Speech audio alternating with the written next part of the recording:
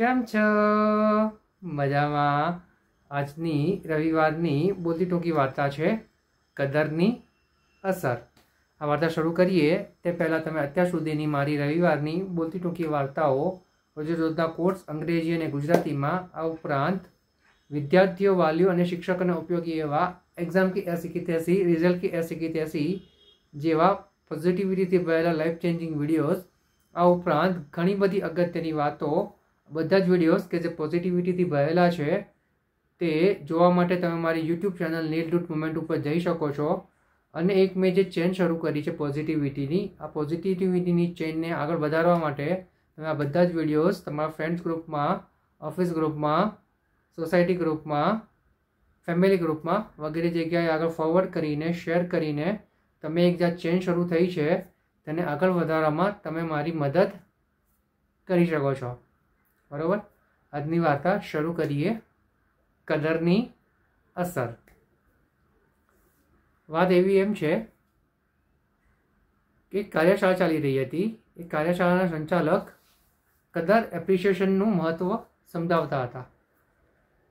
તેમના મતે તેઓ કહેતા હતા કે આપણે હંમેશા આપણી પાસે જે નથી હોતું તેની હંમેશા ફરિયાદો કરતા હોઈએ છીએ, પરંતુ આપણી પાસે જે હોય છે તેની આપણે કદર નથી કરતા. એટલે કે તેના પ્રત્યે આપણે જે કૃતજ્ઞતા ભાવ જે દર્શાવવો જોઈએ તે કૃતજ્ઞતા ભાવ દર્શાવવાનું, અનુસરવાનું આપણે વિસરી જઈએ છીએ, ભૂલી જઈએ છીએ. તેમણે કહ્યું કે મહાન ફિલોસોફર શ્રી આલ્બર્ટ સ્વાઇઝર સાહેબના કહેવા પ્રમાણે આપણા દરેકના જીવનમાં કોઈ ના કોઈ એવી વ્યક્તિ તો જરૂર હોય છે કે જેમણે આપણને આપણા અંધકારમાં કોઈ સરસ મજાનો પ્રકાશ બતાડ્યો હોય, કોઈ સરસ મજાની દિશા બતાડી હોય. આવું દરેકના જીવનમાં હોય છે. તેઓ કહેતા કે આપણે એવા જે વ્યક્તિઓ છે તે વ્યક્તિઓને આપણે યાદ કરીને આપણે તેમના પ્રત્યે કૃતજ્ઞતા ભાવ વ્યક્ત કરવો જોઈએ, તેમની કદર કરવી જોઈએ અને આવી જ રીતે આગળ વધવું જોઈએ. પછી તે જે સંચાલક છે તેમણે બીજા બધા લોકોને, જે લોકો કાર્યશાળામાં આવ્યા હતા તે લોકોને કહ્યું કે હું તમને એક કાર્યશાળાનું એક કાર્ય સોંપું છું કે તમારે બધાએ 20 મિનિટ માટે આંખો બંધ કરવાની છે. તમારા જીવનમાં જે પણ વ્યક્તિઓ આવી ગયા છે અને જેમાં તમને સૌથી મહત્ત્વની વ્યક્તિ હોય કે જેમાંથી તમે કંઈ શીખ્યા છો, તમારું જીવન સુધર્યું છે, તમારા અંધકારમાંથી તમે પ્રકાશ તરફ આવ્યા છો, એવી કોઈ વ્યક્તિ હોય તો એને તમારે યાદ કરવાની છે. તેની સાથે બનેલી ઘટનાઓ યાદ કરવાની છે અને આ બધું યાદ કરીને દિમાગમાં તમારે રાખવાનું છે. સંચાલકે સમય શરૂ કર્યો 20 મિનિટ માટે. તે હોલમાં ખૂબ જ શાંતિ છવાઈ ગઈ. બધા જ પ્રકારનો અવાજ બંધ કરવામાં આવ્યો.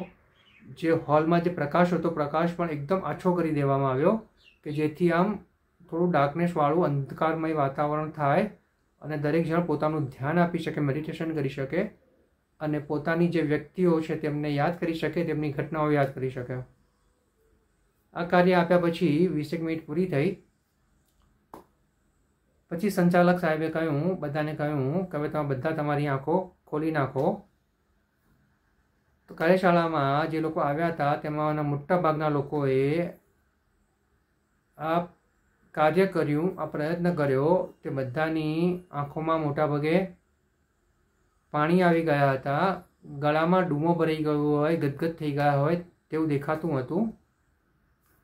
હવે આ સંચાલકે કહ્યું કે તમે જે વ્યક્તિને યાદ કરી છે, જે તમારા જીવનમાં આવી હતી, જેના માટે તમે વિચાર્યું છે, હવે બધાને આપણે કૃતજ્ઞતા વ્યક્ત કરવાની છે, તેમની કદર કરવાની છે.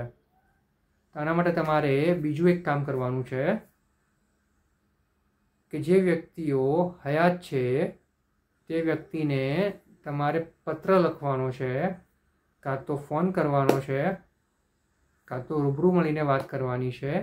અને જે વ્યક્તિ આ દુનિયામાં નથી તેના માટે તમારે દિલથી ભગવાનને, પ્રભુને પ્રાર્થના કરવાની છે અને તે વ્યક્તિની કદર કરવાની છે. આ બધું તમારે અત્યારે જ કરવાનું છે. અને જો કોઈ વ્યક્તિને રૂબરૂ મળવાનું હોય તો તમે પછીથી મળી શકો છો, પણ પત્ર લખવાનું હોય તો તમે અત્યારે જ લખી શકો છો. તમને કાગળ અને પેન અહીંથી આપવામાં આવશે. હવે આ વાત પ્રમાણે દરેક જણાએ પોતાની જે વ્યક્તિ હતી કે જેમણે તેમનું જીવન બદલ્યું હતું તે લોકો પ્રત્યે પોતાની કૃતજ્ઞતા વ્યક્ત કરવા માટે, થેન્ક યુ કહેવા માટે, તેમની કદર કરવા માટે લખવાનું ચાલુ કર્યું. બધાએ લેટર લખી લીધો અને સંચાલક સાહેબને કહ્યું કે અમે આ બધી જ જે લખ્યું છે તે અમારા જે મહત્ત્વની વ્યક્તિ છે જેમણે અમારું જીવન બદલ્યું છે ત્યાં સુધી અમે પહોંચાડીશું. સંચાલક સાહેબે કહ્યું સારું.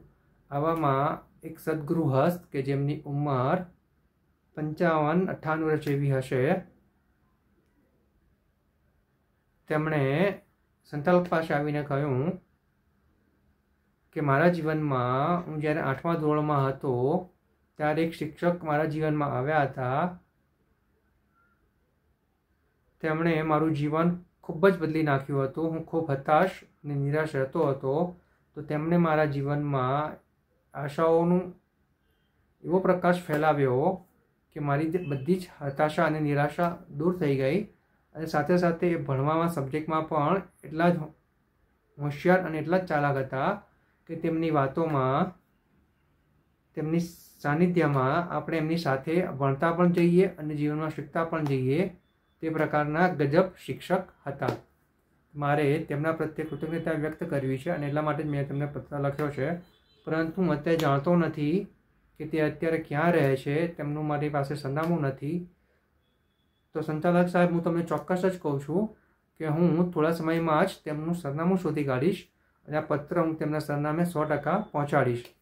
અને પત્ર પહોંચાડ્યા પછી તેમનો શું રિપ્લાય આવે છે, શું પ્રત્યુત્તર આવે છે કે નથી આવતો, તે બધા માટે હું તમને તેના થોડા સમય પછી, થોડા દિવસ પછી તમને હું ફોન કરીશ. સંચાલક સાહેબે કહ્યું સરસ, કે જો તમે આટલું કરી શકતા હોવ તો આજે તમારી જે કાર્યશાળામાં તમે જે ભાગ લીધો છે, તમે જે તમારો સમય આમાં મૂક્યો છે તે બધું જ ખરેખર વ્યાજબી કહેવાશે. આમ કહી અને બંને છૂટા પડ્યા. પેલા ભાઈએ તેમના શિક્ષકની શોધ ચાલુ કરી. આશરે 2 મહિનાના સમય પછી તેમને તે શિક્ષકનું સરનામું મળ્યું. તેમણે તે સરનામા ઉપર પોતાનો કૃતજ્ઞતાથી ભરેલો પત્ર પોસ્ટ કર્યો. ત્યાંથી પ્રત્યુત્તર પણ આવ્યો. પ્રત્યુત્તર આવ્યા પછી, જવાબ આવ્યા પછી તે સદગુરુ હસ્ત ખૂબ જ લાગણીશીલ થઈ ગયા હતા. પત્રનો જવાબ વાંચતા વાંચતા રડી પડ્યા હતા. અને ત્યાં જ એમને યાદ આવ્યું કે મારે પેલા સંચાલક સાહેબને મારા શિક્ષકનો જે બી રિપ્લાય આવે, જે બી જવાબ આવે, મારે તેના વિશે વાત કરવાની છે. તો તે સદગુરુ સાહેબે પેલા સંચાલક સાહેબને ફોન કર્યો અને કહ્યું, ફોન કરતાં કરતાં જ તે ગળગળા થઈ ગયા હતા. તેમણે સંચાલક સાહેબને કહ્યું કે આપણે જે પ્રમાણે વાત થઈ હતી 2 મહિના પહેલાં, એ પ્રમાણે મેં મારા સાહેબને, મારા શિક્ષકને પત્ર લખવાનો પ્રયાસ કર્યો. તેમનું સરનામું શોધ્યું. સરનામું શોધવા મને આશરે 1.5 થી પોણા 2 મહિના થયા. અને એના પછી મેં તેમને પત્ર લખ્યો અને હવે તેમનો મને જવાબ આવ્યો છે, તો મારે એના વિશે તમને વાત કરવી છે. સંચાલક સાહેબે કહ્યું વાંધો નહીં. એમનો જે રિપ્લાય આવ્યો છે, જે પ્રત્યુત્તર આવ્યો છે, જે જવાબ આવ્યો છે, તેને તેમના જ શબ્દોમાં તમે જે પત્ર આવ્યો છે, પત્ર વાંચીને મને ફોન ઉપર જણાવો. પેલા સદગુરુ હસ્તે પત્ર વાંચવાનું ચાલુ કર્યું. નામ લખ્યું હતું કે પ્રિય વિદ્યાર્થી જોન, તારો પત્ર મળ્યો. સાચું કહું તો મારા 72 વર્ષના જીવનમાં મને આવો પત્ર કોઈએ લખ્યો નથી. હવે તો એવું થયું છે કે મારી પાસે ના તો મારું કોઈ ફેમિલી મેમ્બર છે કે ના કે કોઈ મારો મિત્ર છે. અત્યારે તો હું એકલો જ રહું છું. ઘણીવાર મને એવું થતું કે મેં મારું આખું જીવન શિક્ષક બનીને ફક્ત વ્યસ્ત જ કર્યું છે, ફક્ત વેડફ્યું જ છે. તેનાથી મને કશું જ મળ્યું નથી.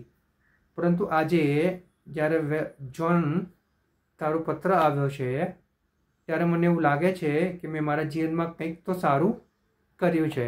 આજે મને મારા જીવન વિશે સારી લાગણી થાય છે. તે આજે પત્ર લખ્યો તે ખૂબ જ સારું કર્યું. તેનાથી મને ખૂબ જ લાગણી થઈ.